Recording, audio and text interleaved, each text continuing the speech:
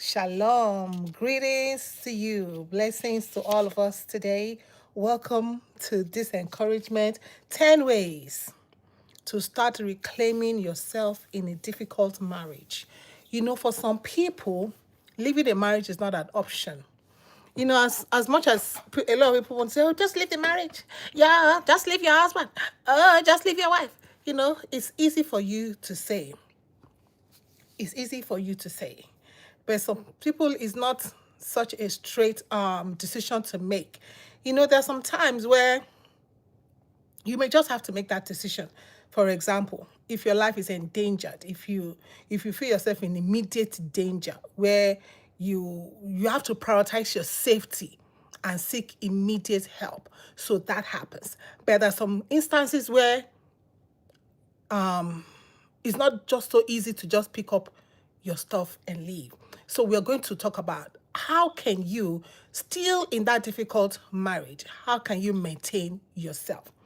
Marriage is a covenant, a commitment that you made to each other. When people make vows, those marriage vows, some people forget what it is.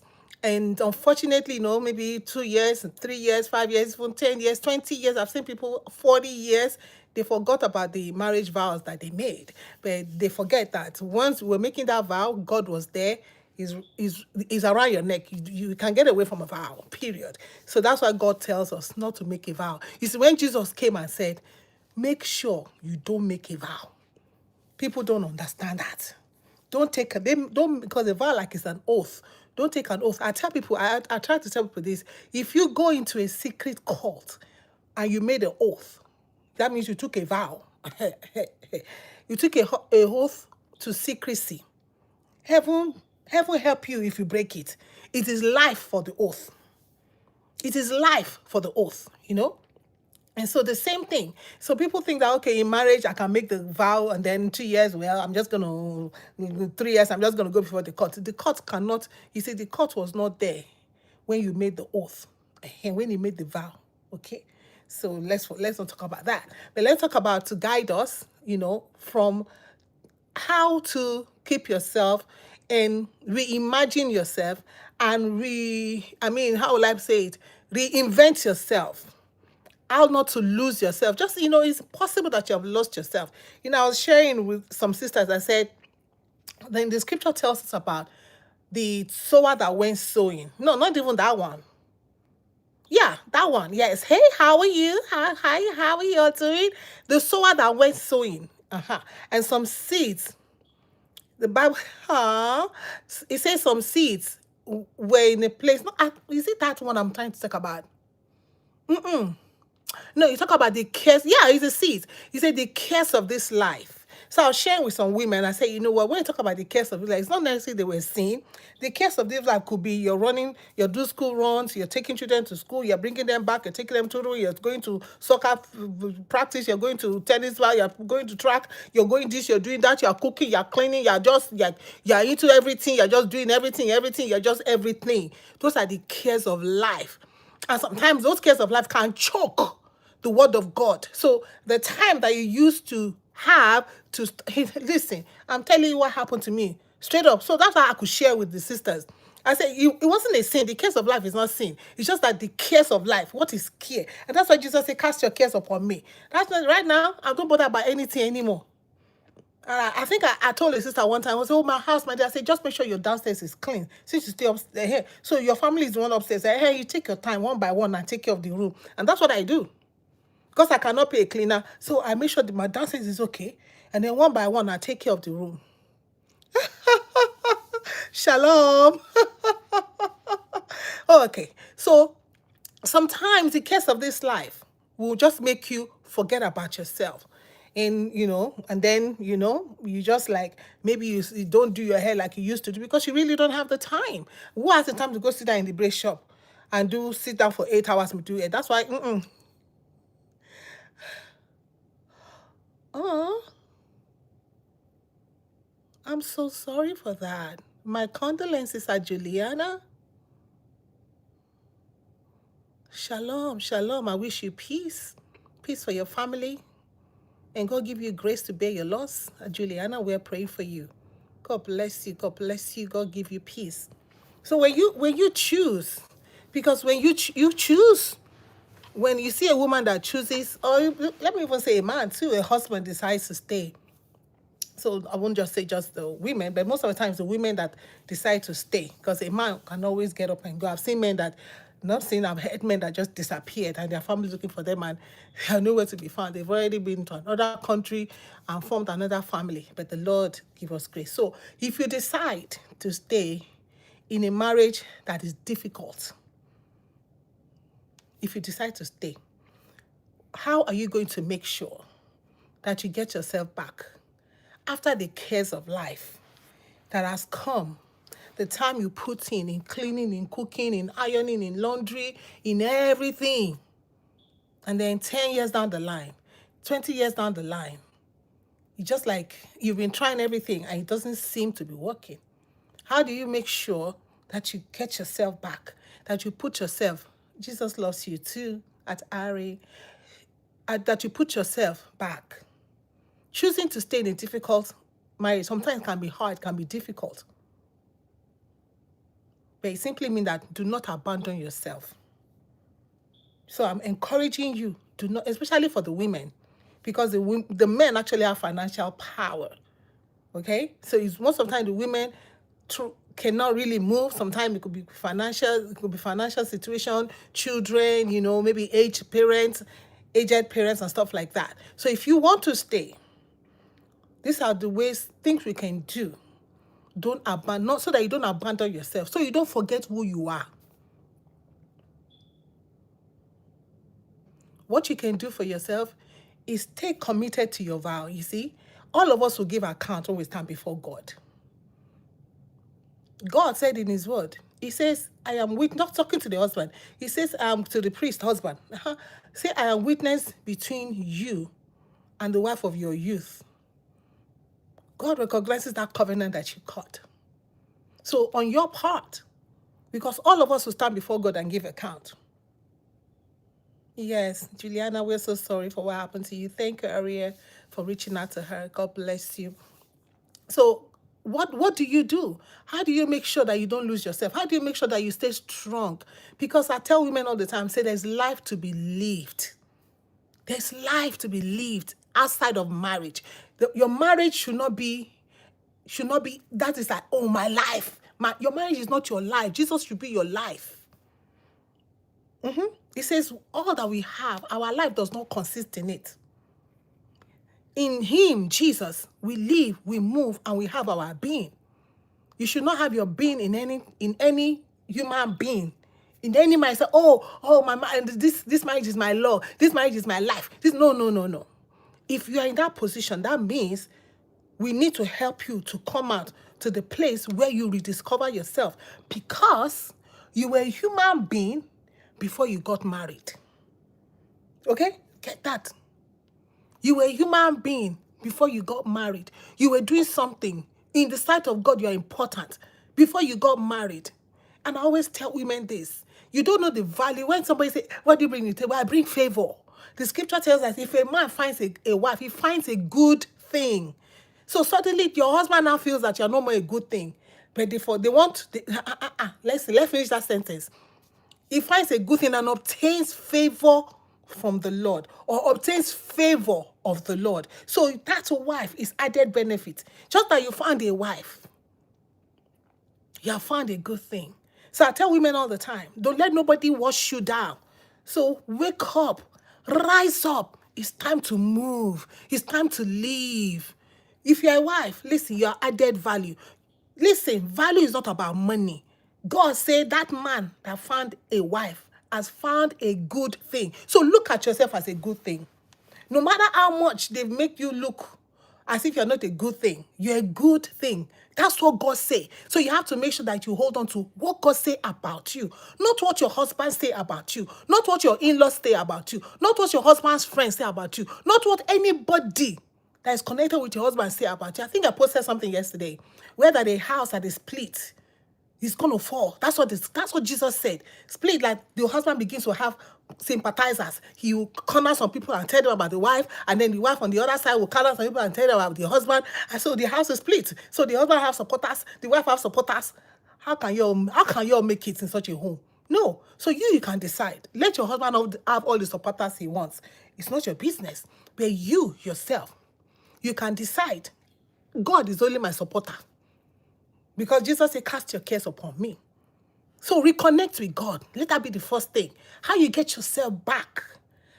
So you reconnect with God to know, because it's God that created you. God that made you a wife. God that created you as female. And then he said a man should be joined to his wife. So God is the one that is in your life. God that formed you in your mother's womb. So number one, we need to go back to God. Remember the cares of life. The cares of life choked that word, choked that God away from you. You were consumed about making sure your husband's food was ready, the house was clean, the children were well kept, homework was made, the cares of life. You're taking care of in-law, taking care of husband's family, taking care of husband's friend, taking care of everything but yourself. So first, let's go back to God. Let's reconnect back to God. So that word that has been choked by the cares of life, you will begin to remove the cares of life. You remove the cares of life and now begin to focus back on God by reading the scripture, by praying, and by fellowshipping with like-minded believers. Did you hear that? By reading the scripture, by prayer, and by fellowshipping with like-minded believers.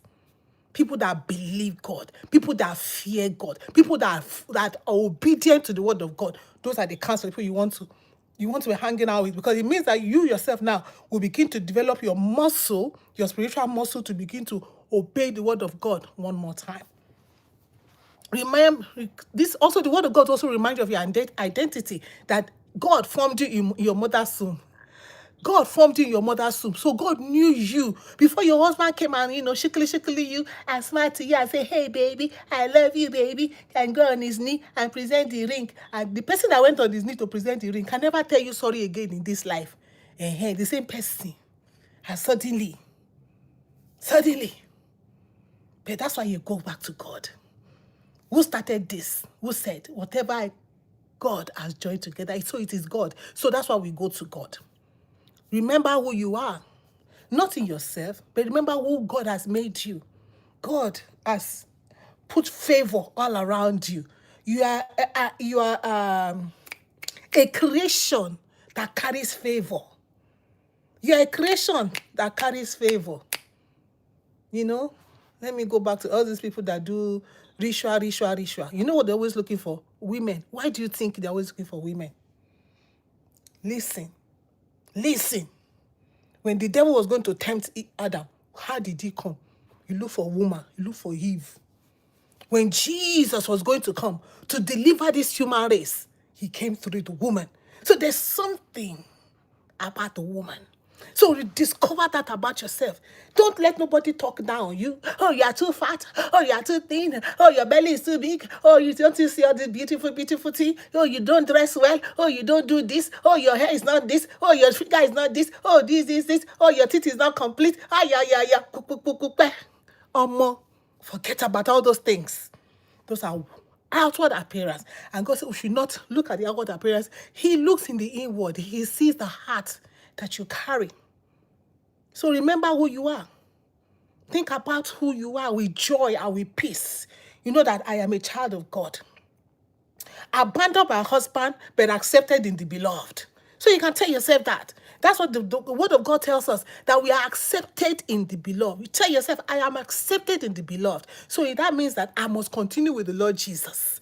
If you want to be accepted, you have to be accepted in the beloved. So you cannot reconnect to yourself without God. That's why I started with God. God first, and discover yourself next. Remember who you are. Not discover yourself. You are not lost. They will say, I'm trying to discover myself. You are not lost. You just need to remember who you are. Remember who God created. Remember that God created you in his image and in his likeness. Just think about that. Look at you. Stand in front of the mirror and say, I am wonderfully and fearfully made. I am made in the image of God. I am made in the likeness of God. I'm going back into that likeness because I am continuing in the Lord. I am accepted in the beloved. These are things you're going to tell yourself. Establish healthy boundaries. That one can be a little difficult because establishing healthy boundaries means you have to communicate clearly. But sometimes you may not, if a difficult relationship, of course, you cannot communicate clearly. So sometimes you want to give them silence. Just silence. So let them be not knowing where you're coming and where you're going. And you just talk to God. You see, that's why the connection, that's why I started with God. So you just keep talking to God because it's only God that can change your heart. David prays, say, create me a clean and renew your right spirit within me. So sometimes if you're able to communicate clearly the boundaries, you can. If you cannot, just do your boundaries with the quiet. He says it's not every time you open your mouth. Jesus, can't you just defend yourself? See all this allegation they leveled against you. The scripture says that Jesus said not a word. I tell myself, Lord Jesus, I got to come up there. I'm not there yet. I'm walking to the silence. I told myself in 2020 I was going to be silent more. In 2017 we silent. I don't know, silent, but I want to be like Jesus. With all the accusation that was leveled against the Lord Jesus. So let them level accusation against you. You don't have to defend yourself. You don't find yourself every time I want to defend myself. Oh, my husband says about me to this person, let me defend myself. Or my husband says, how many people are you going to defend yourself to? So you just do what? Be like Jesus. He uttered not a word because he had to go to the cross. He had a purpose. You have a purpose of rebuilding your life, rebuilding yourself, rebranding yourself. Let's call it that. Care for your body and mind. Exercise. Start a gym. Go swimming. Take a walk. Go to the park. Do something, because when you go outside, I sent my tech out yesterday. I was like, at least you went outside, left this building, you were breathing some oxygen in. So you just go outside, then you can breathe some fresh air. Because it's staying inside the house, it's the same air that is circulating. But go outside, and then you can get to say hi to somebody. Somebody can get to tell you outside, oh, you look pretty today. Somebody can get to tell you outside, your hair is beautiful. So that same hair that they're complaining about inside your house, that same person that they have not seen that you're beautiful, outside people will tell you look beautiful. Because God is good. God will put somebody there to tell you that, oh, because you are made in God's image. Hey, everything that God made is good. So that's why you need to go outside. Care for your body and mind. Eat nourishing food. Watch your plate. Take care of yourself, because this life is short. I tell people that. So take care of your plate. You don't need to count your calories. Just make sure that your food is colorful. And just, eat in moderation. Bible says we should do everything in moderation. Reconnect with your friends. Maybe your old school alumni. Hey, how are you at Penguin? You all right? I see you. Hey, shout out to you at the Learning Dix. God bless you. Jesus equals eternal life. Yes. Thank you, Adelani. So, you connect with your old school, join. There are so many WhatsApp groups, there's so many friends, there's so many Facebook. Get on Facebook and meet some new people. Get on WhatsApp and meet some new people. I was telling my niece, I said, you need to get to Facebook and join some WhatsApp group, join some Facebook group, chat with people you don't know. Like I'm chatting with at Penguin now. Hey, I'm chatting, there are so many people out there who need to talk to somebody. And listen, if you need to talk to somebody, you can DM me. I think you can contact me on Messenger. I think, go to me. You need to talk. Sometimes people just need to talk. But there's nobody that is out there to listen, because you have been abandoned as a wife. Don't worry. Abandoned by the husband, but accepted in the beloved. You got to tell yourself that. Accepted in the Lord Jesus Christ. He said, whosoever comes to me, I will in no wise cast out. So if your husband has said, okay, I don't want to have anything to do with you, that's fine. If your wife has said, I don't want to have anything to do with you, that's fine. You can say, now, Jesus say, if I come to you, you will no wise cast me out too. The scriptures, I'm accepted in the beloved. I'm coming to you, Father God. Come to the Lord Jesus. Like I said, find believers that believe what you believe. Have an online community where you can talk to somebody, and it will help your mental health too. This is very important in the age that we are. So, if you have somebody that is trustworthy that you can talk to, but then I don't really encourage that, because your story, I don't know about that. I don't know about your story. Like I say, if you split, your husband have supporters, you have supporters, the house is continually to be divided. So you want to make God your only supporter. But if there's somebody that that you can really pour out to, pour out your heart to, that will help you, because sometimes they say a problem shared is half solved. So if somebody you know that can actually pour out your heart to, you can go ahead. But make sure that person is very trustworthy. Make sure that they can die, they can go to the grave with whatever you tell them. Otherwise, tell it to the Lord in prayer. That's my belief. Rediscover your interest. So if you like to sing, you like to read, you like to cook, get in the kitchen, get on YouTube, learn to cook new food. In fact, if you can, what I'm cooking, I cannot say, listen, there's so many people you can feed with your food. Nobody's eating your food, because I just cook the food and go to the street. There are people that will look at the food and thank you for it. Cook the food, take it to your job. People will eat it and thank you for it. Especially if it's Nigerian food, you come and cook jollof rice, they will eat it and thank you for it. Let your people in your house not eat it, because they want to eat a goosey cook. So you find time, the things, whatever you love to do before you got married. What those things that you love to do, you like to travel. Now your children are grown. You don't need to be looking for who to travel with a solo trip. You solo trip. I love to solo trip. I don't even want a baggage. I love to solo trip. I can carry my gari. I don't want to talk. Why you have gari here? Because I carry my gari and my peanut when I'm traveling. I carry my noodles and my sardine. So you do what you love to do before. You love to sing, get back to it. Rediscover your interest. Rediscover your interest. Strengthen your independence. Financial independence is very key. Because most of the time, we find out that women, like I said, the men, the husbands usually have financial power. So you as a woman, you have been seeing all this red sign, all this sign. Somebody was telling me where the person just discovered after 20 years of marriage that the husband is agege. I say, no, there must have been sign. Men cannot hide things like that. So you have been seeing sign. You ask them for money for food. It flare up. Money to do hair. If you don't ask, they will never even look at it. They'll complain about the hair, but they will not give money to go do the hair. You get what I'm saying? So you are beginning to see this thing. You ask them money for childcare, they go up. Woman, put your hair. What I tell you, it's time for financial literacy, financial independence. Begin to plan for your financial escape.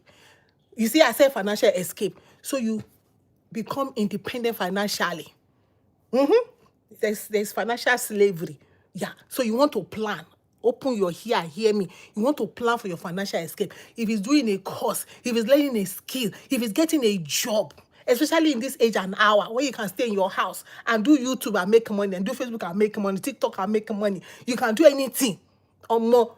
Okay, they just want me to go to work. How more the social media now? You don't go work. You two, you get on your own. Go and sign in. Go and clock in. I tell my friends, I say, you're clocking for Facebook. Go and clock in on Facebook and make your money. And you're making and you're saving. You're not making and eating the more. No, you're making because you want financial independence. You want financial freedom. Strengthen your financial portfolio. Continue your education. You have high school, time to get an associate degree. You have associate degree, time to get a bachelor's.